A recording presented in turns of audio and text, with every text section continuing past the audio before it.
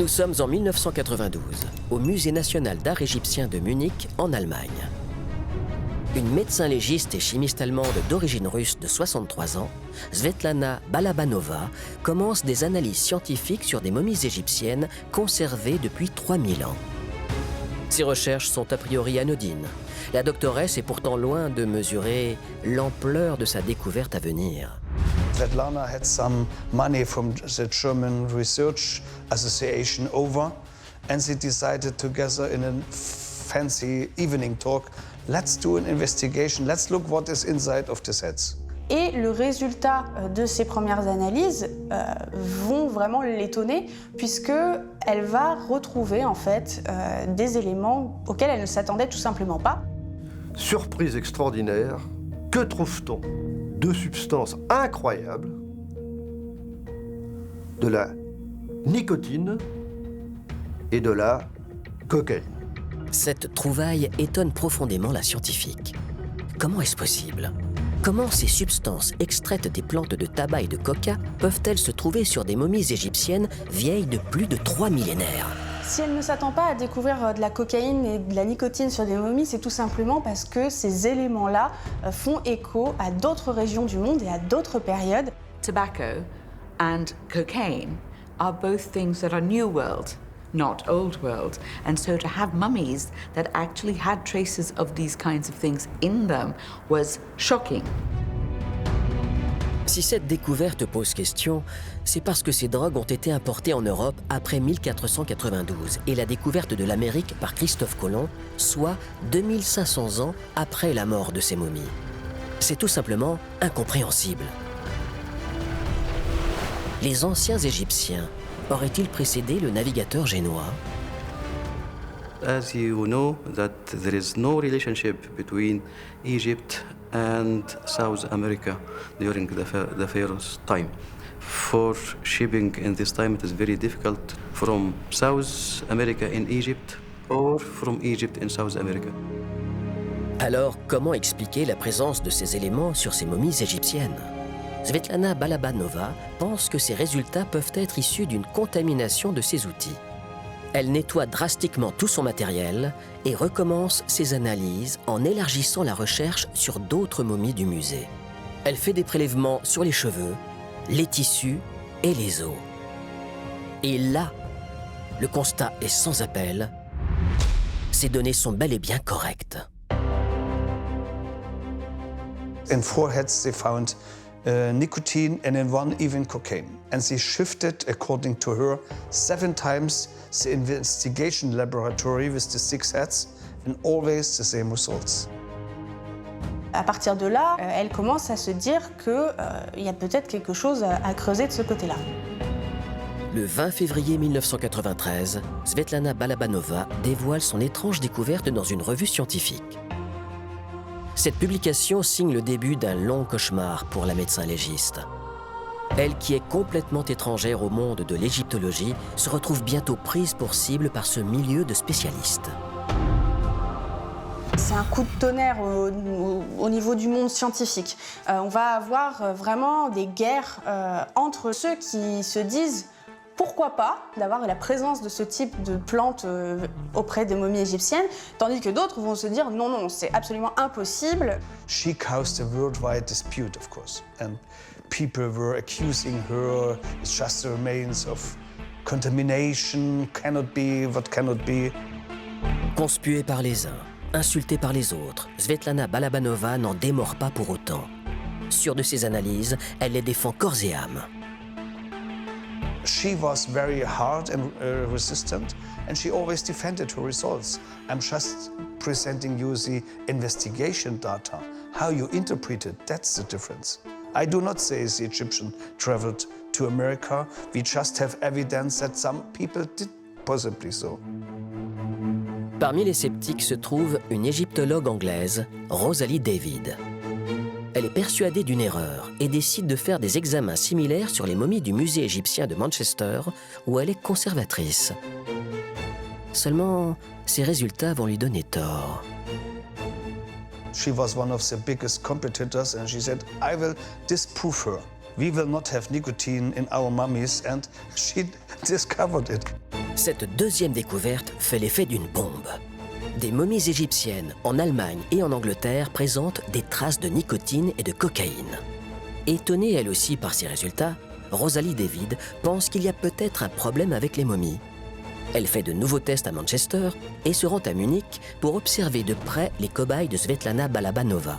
Donc Rosalie David reprend le problème à zéro et elle aboutit à une conclusion. Oui, effectivement, il y a des traces de nicotine. En revanche, la cocaïne, non. Ces examens viennent donc confirmer une partie du travail de Svetlana Balabanova. Rosalie David se révèle être un soutien inattendu de la médecin légiste allemande. Et elle n'est pas la seule. Elle trouve un appui chez des égyptologues qui acceptent l'analyse et émettent le postulat. And this is a really exciting discovery for Egyptologists. Everybody had to rethink, how could this be? You know, is there something wrong with the experiment? Is there something we don't know about ancient Egypt? And it was really quite a mystery for us to try and solve. The problem in science is new thinking, and science means always destroying the old knowledge and generating new knowledge, and this is exactly which is her most important heritage. Serait-il possible que l'on se soit trompé? Les anciens Égyptiens auraient-ils pu traverser l'océan Atlantique jusqu'aux Amériques? Auraient-ils pu rapporter de la cocaïne et de la nicotine? Si c'est vrai, ce sont tous les livres d'histoire qu'il faudrait réécrire. La découverte de Svetlana Balabanova impose différentes pistes de recherche pour tenter de comprendre la raison de la présence de ces substances américaines sur des momies égyptiennes. When you have such astonishing news, there are many things that people started to speculate about. One, of course, is that it's contamination. A second is that the tests weren't correct. A third is that maybe there was some kind of contact between the old world and the new much earlier on, and that this is how these plants came to be found in these Egyptian mummies. So we have to consider all these possibilities before we could actually say, yes, the ancient Egyptians used tobacco and cocaine. This is the enigma, and this is what we have to answer. And now comes the story with the nicotine and even cocaine in this unsolved mystery. Il y a pourtant un précédent à cette découverte. 16 ans auparavant, en 1976, une trouvaille similaire avait scandalisé le monde de l'égyptologie. Elle eut lieu au cours du voyage officiel de Ramsès II à Paris, ou plutôt de sa momie. Ramsès II, il a été momifié, bien sûr. On a retrouvé sa momie, d'ailleurs, en assez bon état, mais quand elle a été au musée du Caire, pendant un certain nombre d'années, la momie est tombée malade. He was in fact suffering from various issues that he needed to be basically radiated by UV and other light to kill anything that might be growing on him. So this is why poor Ramses had to go to Paris and has a passport to prove it. Un voyageur de marque est arrivé tout à l'heure par avion spécial à l'aéroport du Bourget. C'est grâce à un accord direct entre le président Giscard d'Estaing et le président égyptien Anwar el-Sadat que la momie de Ramsès II va être confiée à des experts français qui vont tenter de stopper la mystérieuse maladie qui la ronge. Et Ramsès II a été reçu, c'est là quand même, mes vieux Égyptiens, je les adore, parce que c'est comme s'il n'était jamais mort. Il a été reçu avec le rang de chef d'État, ce qu'il était. Donc tapis rouge, honneur, émission, enfin extraordinaire. Je voudrais que vous regardiez avec moi l'une des images sans doute les plus bouleversantes de l'histoire du monde. L'homme que vous allez voir est mort depuis 32 siècles. C'est encore une sorte de dieu vivant, car vous l'avez compris, c'est de lui, de Ramsès II qu'il s'agit. Une fois à Paris, une équipe d'experts se penche sur la momie du pharaon le plus célèbre de l'histoire. Ils doivent relever l'immense défi de soigner et sauver sa dépouille, une tâche à la hauteur de leur réputation. Ces pionniers de la préservation de corps sont experts en la matière et les plus compétents sur le globe. Et on l'a très bien soigné, on a guéri la momie de Ramsès II, mais alors, que de surprises, que de surprises. On a pu analyser de quoi il était mort, affection dentaire, on a vu que c'était plutôt un colosse, qu'il avait des cheveux légèrement roux. En poussant leurs analyses, ils font une découverte surprenante. Et sur la momie, des feuilles de tabac. Alors, là, tout de suite, ça a été non, non, non, non, mais bon, elles étaient là. Il y avait des feuilles de tabac. On parle de millimètres, de choses vraiment de l'ordre du microscopique. When the news broke that the body of Ramesses II was actually associated with tobacco products, this was like an earthquake. And the idea that instantly people have in their heads that Ramesses was sitting there smoking a cigar or whatever goes into the popular imagination. Si Ramsès avait fumé un cigare, on l'aurait vu. Honnêtement, il ne serait pas privé de nous le montrer. Cette découverte bouleverse le monde de l'égyptologie. Certains y voient la preuve que les anciens Égyptiens ont traversé l'océan Atlantique avant Christophe Colomb. Seulement, leur théorie est mise à mal par des scientifiques. Ils donnent une explication tout à fait crédible et rationnelle à la présence de ces feuilles de tabac. Elles seraient là à cause de l'ennemi numéro 1 des momies, les insectes. Les momies, ce sont des nids à insectes. Dès qu'on les met dans des musées, on a des insectes qui peuvent venir se régaler vraiment avec les momies. If you have a mummy or any organic that you want to preserve that an insect might be attracted to, you could pack it with tobacco leaves. This has been used in museums throughout the world to make sure that you do not get infestation.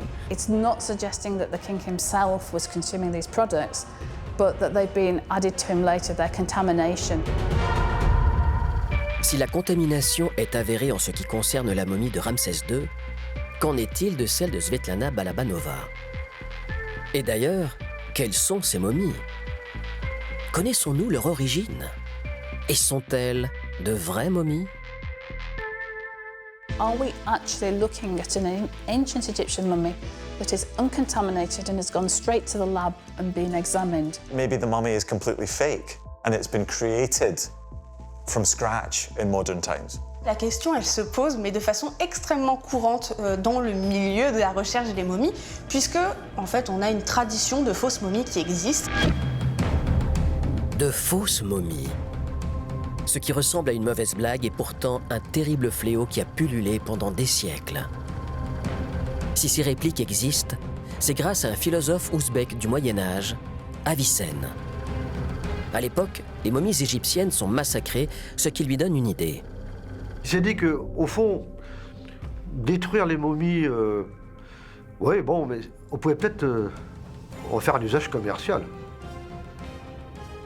Après tout, il y en avait tellement, pourquoi ne pas les vendre? On va exporter par bateau entier des momies vers l'Occident pour les broyer et en faire une poudre qui est perçue comme une panacée universelle, une sorte de remède contre tous les maux possibles et imaginables, en particulier contre le vieillissement étant donné la préservation des momies. C'est ainsi qu'apparaît la mumia. Ce produit soi-disant miracle devient le médicament le plus en vogue au Moyen-Âge. Mumia was considered to be really a super drug. You could take it and it would cure many, many things. All it was ground up human mummy. It probably would not do you much good, it'd probably do you more harm than good. But people believed in it. Évidemment, ça n'a aucun sens, mais ça a très bien marché. Si bien marché que la mumia compte parmi ses défenseurs des personnes de haut rang, comme un roi et une reine de France. On sait que les grands de ce monde, comme François Ier ou Catherine de Médicis, ne se séparaient jamais de leur petite fiole de mumia qu'ils prenaient dès qu'ils avaient un malaise.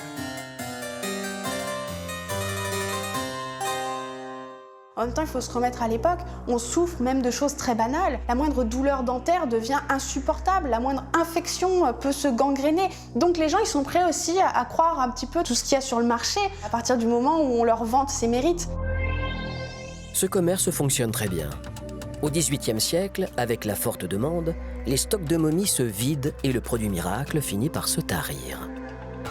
Pour faire perdurer un marché qui procure de gros bénéfices, les marchands orientaux se lancent avec frénésie dans la fabrication de fausses momies. Et pour cela, tous les moyens sont bons. Un commerçant s'est dit, dans le fond, ils ne verront pas vraiment la différence entre une momie égyptienne et un cadavre récent. Donc, Il a pris des morts de 3-4 années à peu près, des pauvres évidemment, qu'il a fait sécher au soleil. Il a imité un petit peu la momification, mais alors vraiment imité. Si la demande est forte, il se peut très bien que ça ait tenté certains de fabriquer des fausses momies. On est dans la loi du marché, hélas. Et donc la moumia a continué à prospérer. Ces fausses momies ont été vendues et consommées donc, en Occident très tard. Cette histoire de fausses momies vient donc semer le trouble sur la découverte de Svetlana Balabanova. Comment s'assurer que ces analyses ont été faites sur d'authentiques momies égyptiennes? Mummies that have no provenance, it's very complicated because for the longest time, mummies were moved illegally and without the provenance and without the scientific cautions that were taken. Si on n'a rien pour tracer leur histoire, ça reste des individus dont on a perdu toute l'histoire. Donc c'est très difficile de savoir justement par quoi elles sont passées. Les experts s'apprêtent à relever ce challenge monumental. Pour cela, ils peuvent compter sur les progrès de la science et l'histoire de l'Égypte antique. Ils ont à leur disposition un arsenal de techniques ultra performantes permettant de dater les momies. Il y a déjà donc le site où la momie a-t-elle été trouvée. Ensuite, la plupart du temps, ces momies se trouvent dans des sarcophages. Il y a des types de sarcophages caractéristiques de telle dynastie, de telle époque. Tout ça est possible à dater. On peut analyser, notamment par carbone 14, on peut examiner les techniques de momification, notamment les poses qui sont prêtées à la momie, ou la manière dont elle a été éviscérée. The more that we can find out about the mummy to be absolutely sure that it is a genuine mummy, the better, and that will help us in our investigation. Ces analyses poussées dévoilent leur premier secret. La seule momie présentant de la cocaïne et de la nicotine est identifiée. Et la piste de la fausse momie, elle s'amenuise, puisque tout tend à croire que c'est une vraie momie. Il y a une traçabilité aussi au niveau de son histoire. On sait qui c'est, une prêtresse. Elle s'appelle Enout Taoui, ce qui veut dire la régente des deux terres. Donc c'est pas quelqu'un de peu important. L'époque, c'est la 21e dynastie, et là nous sommes aux alentours de l'an 1000, avant Jésus-Christ. Exhumée de la nécropole de Der el-Bahari près de Luxor, elle a été très vite la propriété du roi de Bavière au XIXe siècle. Le monarque l'a ensuite confiée au musée d'art égyptien de Munich. Si l'authenticité de cette momie égyptienne est désormais prouvée, les examens ne permettent pas de le dire pour les autres. Il est donc impossible d'attester de manière formelle si ce sont de vraies momies. Les attentions se tournent alors vers la dépouille de la prêtresse Enout Taoui. Comment expliquer la présence de nicotine et de cocaïne sur cette relique? When we're happy that the scientific technique has been done correctly, and we're also happy that the mummy is a genuine ancient Egyptian mummy, we then have to consider other reasons why strange results might be occurring. Svetlana Balabanova ne sait pas comment expliquer la présence de cocaïne sur les momies africaines. Mais elle a une piste pour éclairer la présence de nicotine. La scientifique poursuit son investigation et fait des analyses sur des cadavres chinois et européens datant de l'Antiquité au Moyen-Âge. Elle pousse ses examens sur plus de 3000 cadavres. Sur la quasi-totalité, elle trouve de la nicotine. La chercheuse allemande en est persuadée, la plante de tabac était connue en Europe et en Afrique bien avant l'époque médiévale. In theory, they shouldn't be in Egypt. But is it possible that there are Egyptian plants which gives the same results? We don't know. We have to test that out. We have to find out that we're not getting a result from something that looks like tobacco or cocaine, but isn't actually tobacco or cocaine. Pour le savoir, l'archéobotanique est une arme de choix. Cette science permet de retracer les plantes du passé. Un atout majeur pour identifier les plantes au temps des anciens Égyptiens. C'est une science qui est quand même assez bien développée. Et ça veut dire que si on avait des plantes qui génèrent ce type de substance, elles devraient avoir été détectées, me semble-t-il. C'est un raisonnement statistique, en fait. Tobacco and coca, it was not planted there. The only place in Africa could have this in the ancient time is Namibia. And there's no relationship between Egypt and Namibia in this time. La Namibie, une terre de tabac. Seulement, les anciens Égyptiens faisaient-ils du commerce avec les Namibiens, c'est-à-dire avec une terre située à plus de 5000 km de chez eux? So the kind of thing that we recognize as tobacco definitely has a late 16th century introduction into this continent. So it is not very clear if there are other plants here that have died out or we have not analyzed properly and they have traces of nicotine in them. Cette piste d'un tabac africain, cher à Svetlana Balabanova, n'est pas partagée par la communauté scientifique. Cette problématique pose néanmoins question. Si les anciens Égyptiens avaient accès à de la nicotine et de la cocaïne, qu'en auraient-ils fait? Tobacco has a lot of characteristics which makes it perfect for mummification. It kills any kind of insects, worms, pests and all, also antibacterial. But what we can say from the cocaine, it's very similar like the nicotine. Dominique Görlitz a travaillé avec Svetlana Balabanova. Il partage son hypothèse de l'existence d'un tabac africain. Pour lui, la nicotine et la cocaïne seraient donc des substances adéquates pour fabriquer une momie. Afin de déterminer si ces plantes auraient pu être utilisées dans la momification de la prêtresse Hénou Taoui, il faut comprendre comment se crée une momie. Les Égyptiens sont convaincus qu'il y a une vie après la mort, donc ils vont développer des techniques pour figer en fait le corps et empêcher sa réduction en poussière. Et figer le corps est très important pour les Égyptiens parce que ça leur permet de venir se réincarner littéralement dans le corps. Mummification is about transforming the body from a human organic corpse into a divine object, like a statue.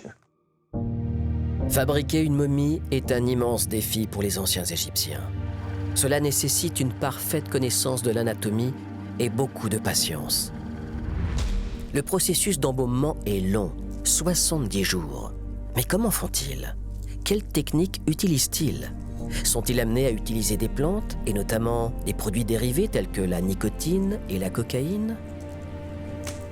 Ils vont vider le corps des organes qui entraînent sa putréfaction, ceux qui sont remplis de liquide, et puis ils vont essayer de sécher l'enveloppe corporelle. The main material that was used was the natron salt and the bitumen, which gave this dark color.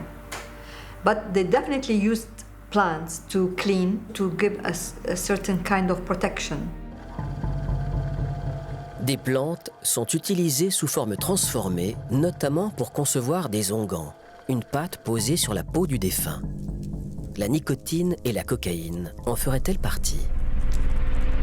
De certaines plantes, on peut extraire des substances qui vont servir à fabriquer des onguents, des huiles, des aromates, des produits de synthèse. What kind of herbals they used, what kind of recipes they really used, we can only speculate with the data what ancient mummies are telling us today. So we have practically no idea. S'il est vrai que les techniques de momification sont loin d'être toutes élucidées, le champ de la connaissance est déjà bien avancé. La grande majorité des spécialistes de l'Égypte antique s'accordent à dire qu'il ne faut pas chercher la présence de ces substances dans le processus de momification. They didn't use cocaine, they didn't use tobacco or anything similar that might give a similar result. La réponse est non. Donc ça n'a pas été utilisé pour momifier. Du coup, d'où est-ce que ça pourrait provenir? Les anciens Égyptiens auraient-ils eu accès à des variétés de plantes étrangères pouvant contenir de telles substances? Que savons-nous de leur connaissance des plantes? Un monument de l'Égypte antique présente un inventaire des plantes connues des anciens Égyptiens, le jardin botanique de Karnak. Il est l'œuvre d'un des plus grands pharaons de l'histoire, Thoutmôsis III. Toute sa vie, ce naturaliste et botaniste dans l'âme s'est passionné pour la faune et la flore du monde. Dans ce jardin botanique, Thoutmôsis III a fait représenter un certain nombre de plantes, dont certaines très mystérieuses. Il y a des centaines et des centaines de noms de plantes, dont certaines ne sont toujours pas identifiées. Y a-t-il le tabac parmi ces plantes? Et y aurait-il de la cocaïne? Sur les murs du jardin botanique sont dessinées des plantes égyptiennes, d'autres imaginaires, mais aussi des étrangères. Seulement, elles ne sont pas toutes identifiables. On a des plantes qui ont disparu. Donc effectivement, ce que l'on voit, c'est que le biotope évolue. Et qu'il y a des plantes qui apparaissent, d'autres qui disparaissent. There are also a lot of plants that we didn't know existed in ancient Egypt that we discovered in sites. I myself also have some plants that I discovered for the first time. The more we excavate, the more material we get. We update our knowledge, of course. Le milieu biologique propre à l'Égypte antique, le biotope, ne permet pas de résoudre l'énigme de la présence de ces drogues américaines sur les momies égyptiennes de Svetlana Balabanova. Comment expliquer alors l'existence de cocaïne et de nicotine sur les momies du musée de Munich? Ces anciens Égyptiens n'ont pas fini de m'étonner et vraiment, rien ne me surprendra. À chaque fois qu'on creuse un petit peu un domaine et qu'on franchit, je dirais, la barre du égyptologiquement correct, voilà, et ben on a des surprises. On a de grandes surprises. Il me paraît quand même assez étonnant qu'en archéobotanique égyptienne, on n'a jamais trouvé de traces de ces plantes qui ne sont connues, jusqu'à preuve du contraire, que sur le territoire américain. Ces substances ne pourraient-elles pas venir d'ailleurs? D'autres régions du monde plus proches avec qui les anciens Égyptiens entretiendraient des relations commerciales? Les pharaons exploraient le monde au-delà de leurs frontières en menant de grandes expéditions dans les pays limitrophes. La plus célèbre de ces expéditions eut lieu au pays de Punt, un haut lieu commercial sous l'Antiquité qui se situerait probablement au nord de la Somalie actuelle ou sur les côtes du Yémen ou d'Oman. We don't exactly know where Punt is actually, but it seems to be somewhere further down Africa, and they would sail there and they would collect goods from Punt. Punt was a major trading place for the Egyptians, certainly, because this is, of course, where incense came from. These plants were brought back. But not only the incense, she also brought back the coconut palm. Ces plantes ne poussent pas en Égypte. Est-il donc possible d'imaginer que d'autres plantes pouvant contenir de la cocaïne et de la nicotine aient pu transiter par Punt?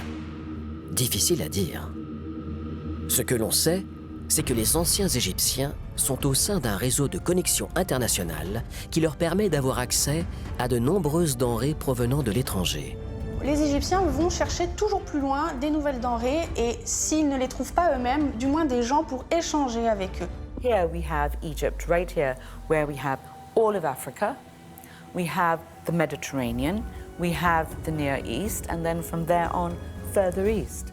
So the Egyptians really had a key role in a complex network of trading. L'archéologie a permis d'identifier certains produits utilisés provenant de l'étranger. L'exemple le plus parlant est celui des lapis-lazuli. Ces pierres bleues proviennent d'Afghanistan, une terre située à plus de 4000 km à l'est des frontières de l'Égypte. Lapis lazuli was coming from Afghanistan, but not directly. It would go to traders in another part of Afghanistan, go through Persia, come through the Fertile Crescent, go through the Levant, and finally wind up in Egypt. C'est bien attesté parce qu'on a des grosses quantités de lapis-lazuli retrouvés en Égypte qui nous assurent qu'il y avait une chaîne d'approvisionnement régulière et importante. Pour la nicotine, on n'a pas grand-chose. On n'a rien même. S'il est vrai que certaines plantes ont disparu, est-il possible de concevoir que les anciens Égyptiens aient pu avoir accès à de telles substances? Svetlana Balabanova et Dominique Görlitz en sont persuadés. Pour les égyptologues les plus qualifiés et reconnus, c'est tout simplement impossible. La cocaïne et la nicotine sont des produits transformés provenant des plantes de tabac et de coca. Et à l'époque des anciens Égyptiens, ces plantes ne se trouvent qu'à un endroit du monde, sur le continent américain. Aurait-il posé le pied en Amérique des millénaires avant Christophe Colomb? Est-ce qu'il y a eu des contacts entre les Égyptiens anciens et les zones où on trouvait des feuilles de coca et du tabac, autrement dit de l'autre côté de l'Atlantique? Cette question-là, elle va vraiment faire beaucoup de bruit et surtout elle va énormément diviser. Scouts do some new investigation methods, new colonial thinking of the Europeans to argument and defend the position European first. There was much more maritime interaction before the discovery of the New World by the famous Spaniard Columbus. Cette hypothèse est au cœur d'un débat depuis des décennies. Il faut dire que les récentes découvertes de vestiges vikings au Canada placent les premiers contacts transatlantiques au XIe siècle de notre ère, soit 500 ans avant Christophe Colomb. Pour autant que je sache, en fait, des contacts entre ce qu'on appelle l'Ancien Monde et le Nouveau Monde ne remontent pas avant l'époque viking, avant le Moyen-Âge au plus tôt, où on a des Occidentaux européens qui vont traverser jusque l'Amérique. En fait. Mais le monde américain, pour autant que je sache, s'est développé vraiment en autarcie depuis la fermeture du détroit de Bering par la glaciation. En fait. Mais il est tout à fait possible, effectivement, que avant Christophe Colomb, l'Amérique ait été découverte par plusieurs expéditions. À mon avis, l'Amérique a été découverte plusieurs fois. Ces récentes trouvailles encouragent les partisans d'un contact entre l'Ancien et le Nouveau Monde au temps des pharaons. Pour les spécialistes, il est difficile d'imaginer les anciens Égyptiens s'aventurer loin de leur terre, qui plus est, traverser un océan pour rapporter de la cocaïne et de la nicotine. Ce n'est pas cohérent avec leurs croyances et leur conception du monde. They are not focused on or ambitious about having an empire far outside Egypt. Egypt is the perfect country. They are centered on their own land. Leur monde, c'est la vallée du Nil. Fondamentalement, l'Égyptien, ce qu'il aime, c'est sa vallée, c'est là où il veut vivre et c'est là où il veut mourir. There's always a great fear that you will die away from Egypt and you won't get buried with the right burial. So with this desire to not die outside Egypt, it kind of restricts the exploring. Ce sont pourtant d'excellents navigateurs. Toute leur économie dépend du Nil, le deuxième fleuve le plus long du monde. En plus de 3 millénaires, ils ont appris à domestiquer cette gigantesque autoroute naturelle de 7000 km de long. The ancient Egyptians were excellent at river crafts and traversing the Nile and taking advantage of both the wind and the currents. Ils adorent leur fleuve, parce que leur fleuve est nourricier. La mer est un espace dangereux. Mais quand il faut l'utiliser, ils savent le faire. Lorsqu'ils ne prennent pas la mer Rouge comme pour se rendre au pays de Punt, ils s'aventurent au nord sur la mer Méditerranée. Seulement, les conditions ne sont pas les mêmes que sur le Nil. Egyptians were competent sailors, but they were not bold sailors. They are traveling very close to the shoreline, so within sight of land. Ils s'aventurent très peu en pleine mer parce que c'est assez hasardeux. La Méditerranée, qui nous apparaît comme une mer assez calme, est une mer très tumultueuse et très difficile à appréhender en termes de navigation. Pourtant, ils ont des bateaux robustes pouvant atteindre les 45 mètres de long. Ces embarcations sont capables de transporter d'immenses obélisques, de la marchandise et une multitude de personnes. The ancient Egyptians were great shipbuilders, so they have the means to travel, but those ships, for the most part, are only good on river travel. They are not good for open sea travel. A trip to America, to me, seems crazy. Autant on a retrouvé des navires grecs, des navires phéniciens dans les eaux méditerranéennes. On n'a pas énormément de navires égyptiens anciens. Sans les épaves de bateaux de l'Égypte antique loin de leurs côtes, il est impossible d'affirmer qu'ils aient pu traverser l'océan Atlantique. C'est pourquoi des scientifiques avant-gardistes se tournent vers une méthode révolutionnaire pour comprendre le passé, l'archéologie expérimentale. Cette discipline reconstitue des objets disparus pour comprendre leur fabrication et leur utilisation. En 1969, l'anthropologue et navigateur norvégien Thor Heyerdahl tente une traversée transatlantique atypique. Avec un bateau reconstitué de l'Égypte antique, il réalise l'exploit de parcourir en 57 jours les 6000 km séparant le Maroc de l'île de la Barbade. Thor Heyerdahl made a test using papyrus boats. The first one collapsed. Ra 1 was a complete disaster, but Ra 2 actually was much more of a success. So the idea that there could be contact was feasible. J'ai montré que la chose est possible. Il ne faut pas considérer l'Atlantique comme une frontière, comme une barrière, simplement parce que nous ne savons pas ce qui s'est passé avant Christophe Colomb et que nous sommes des Européens, donc c'est nous qui savons tout faire et les autres ne savent rien. Il faut nous écarter de cette manière de voir. Cette découverte serait-elle la preuve que les anciens Égyptiens ont traversé l'océan Atlantique et rapporté avec eux de la cocaïne et de la nicotine ? Des expériences comme la navigation à travers un océan, comme l'a pratiqué Torrey Hurdal, ça démontre que c'est faisable, mais c'est pas parce que c'est faisable que ça a été exécuté.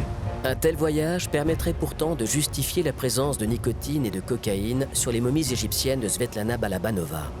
C'est du moins l'avis de Dominique Görlitz. This is plants and ancient seafarings are two sides of one of the same medal. If I want to prove as a geographer, geobotanist, the origin of cocaine, about tobacco, I need to prove how in the hell they could do this long distance travel. Traverser l'océan Atlantique avec un bateau de l'Égypte antique. C'est la mission colossale que le chercheur allemand s'est donnée. I decided to follow not only in the footsteps of Svetlana, I also decided to follow in the footsteps of Thor Heyerdahl, to stop these discussions by real experiments to demonstrate it's easy to go from Africa to America. En 1999, il fait construire un bateau de l'Égypte antique avec des moyens et des matériaux de l'époque. C'est le projet Abora. Il veut prouver au monde entier qu'une embarcation de l'époque pharaonique a pu traverser l'océan, aller et retour. Thor Heyerdahl was never able to do so.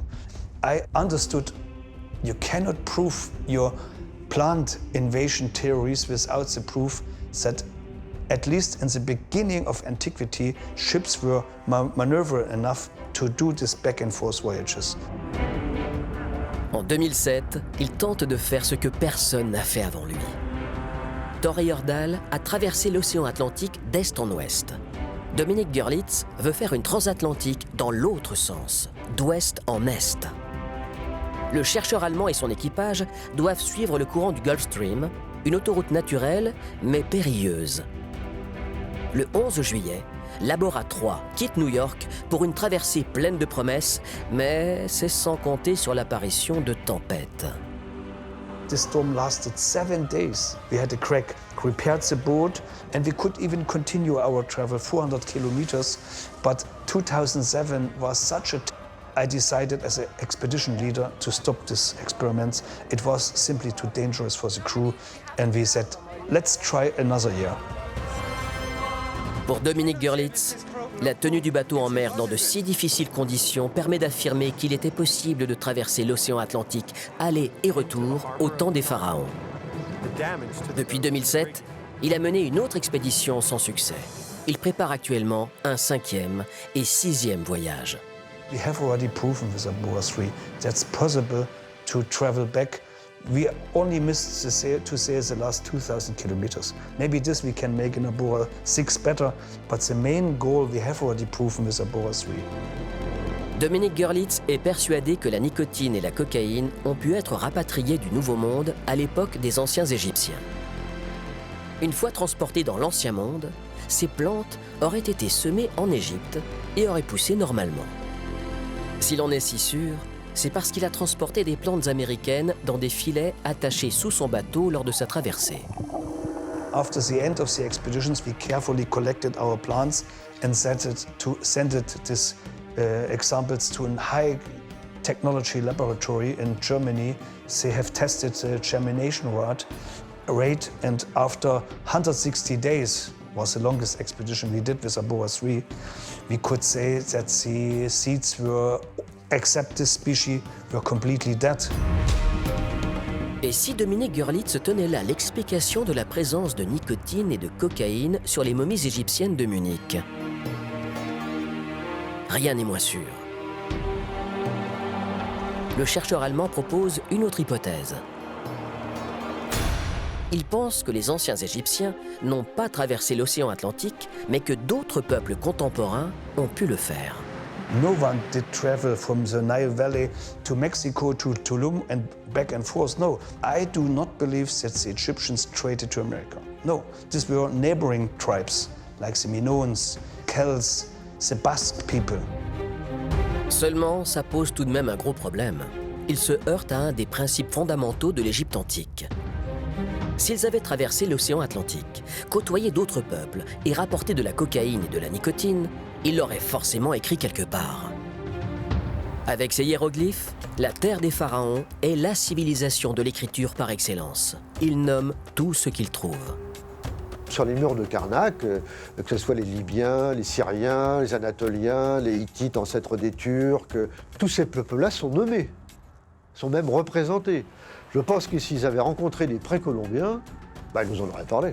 Et surtout, si ces navigateurs étaient revenus, ils auraient ramené des produits très probablement. Et à l'heure actuelle, on n'a pas de pistes qui vont dans ce sens en tout cas. Et qu'en est-il de l'autre côté de l'Atlantique ? Les archéologues spécialisés dans le monde précolombien auraient-ils trouvé des vestiges permettant de prouver une transatlantique des anciens Égyptiens ? Le type de climat qui existe aussi bien en Mésoamérique qu'au Brésil ne permet pas, malheureusement, de conserver les quelques témoignages matériels qui auraient pu nous permettre de répondre à la question « y a-t-il eu vraiment contact ?» Si on admet que les Égyptiens ou d'autres peuples de l'Ancien Monde aient pu se procurer de la cocaïne sur le continent américain, leur voyage serait titanesque. Ils auraient d'abord dû traverser l'océan Atlantique et affronter ces terribles courants pour atteindre les côtes du Brésil. Une fois qu'ils arrivent au Brésil, encore faut-il qu'ils puissent traverser l'intégralité du continent pour aller là où se trouve ce produit, c'est-à-dire dans les Andes ou dans le contrefort des Andes.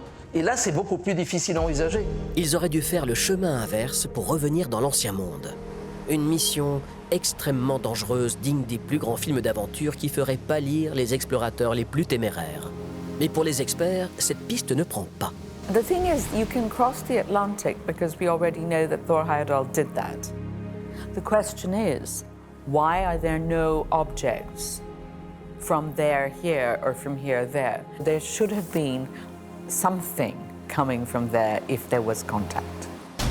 L'hypothèse s'impose aussi dans l'autre sens.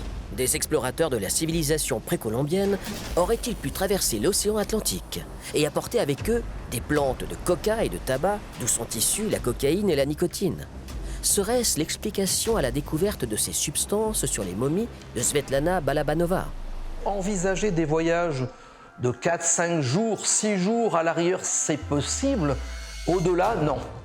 On peut l'envisager, mais on ne peut pas envisager un voyage soutenu. Quelle conclusion apporter à cette hypothèse aussi fascinante que douteuse? Serait-ce par le biais d'un voyage transatlantique que les anciens Égyptiens auraient découvert la cocaïne et la nicotine? It seemed that although maybe it was technically possible, it did not actually occur, because you would have to have some kind of evidence to really tie in this kind of contact. And a few mummies from one museum is not going to do that. Non seulement il faut avoir les moyens techniques, mais il faut avoir la volonté, le désir. Est-ce que les Égyptiens avaient envie de traverser de l'Atlantique et d'aller découvrir le Nouveau Monde? Ça, c'est beaucoup moins sûr. Où se trouve la clé de cette mystérieuse énigme? Comment expliquer la présence de cocaïne et de nicotine sur les momies égyptiennes analysées par Svetlana Balabanova? Pour les égyptologues, la réponse est à chercher lors d'une période plus récente, à une époque où les momies étaient beaucoup moins respectées qu'elles ne le sont aujourd'hui.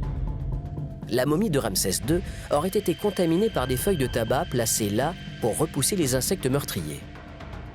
Cette piste ne peut être écartée par les scientifiques en ce qui concerne la présence de nicotine sur les momies de Munich. Les experts suggèrent néanmoins d'autres raisons à la contamination. Et elles commencent dès les fouilles sur un site archéologique. Contamination on an excavation site is a problem because, of course, you never know what you're going to find.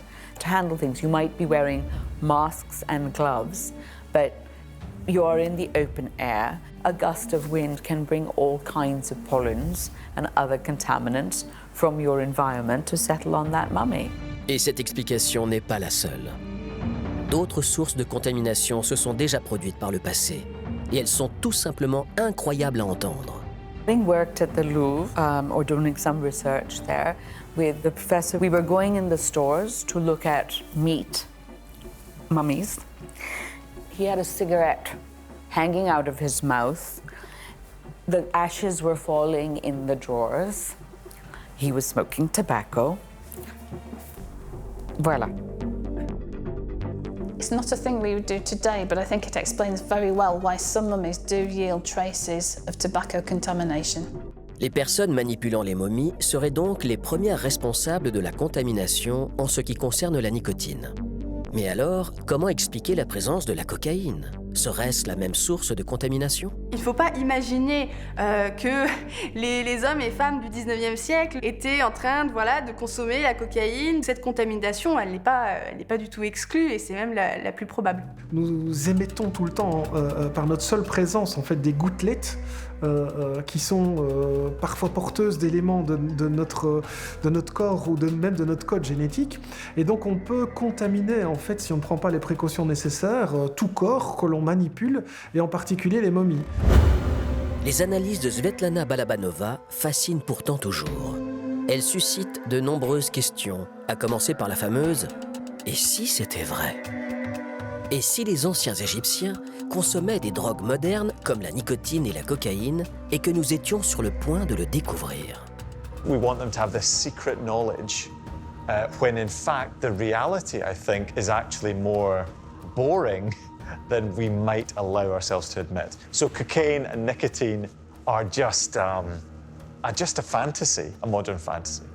I think that those German mummies need to be retested to see if those results come up again. We need to see why no one else has found it. Or else, maybe the people who were looking after those mummies in Germany were snorting cocaine. Comment expliquer que l'affaire des momies ait pris une telle ampleur?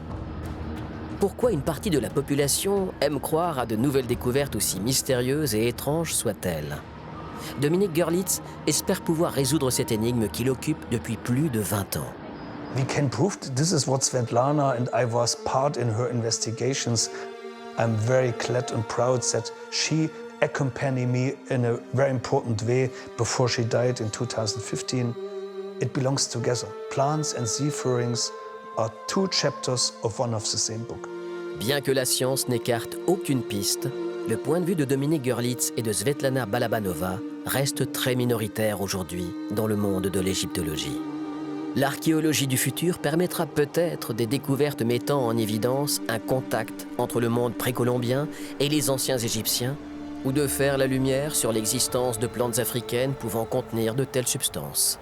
Everything is possible in the field of the ancient Egyptian history, but we have to wait for some analysis for fresh mummies came from the graves to the laboratory directly.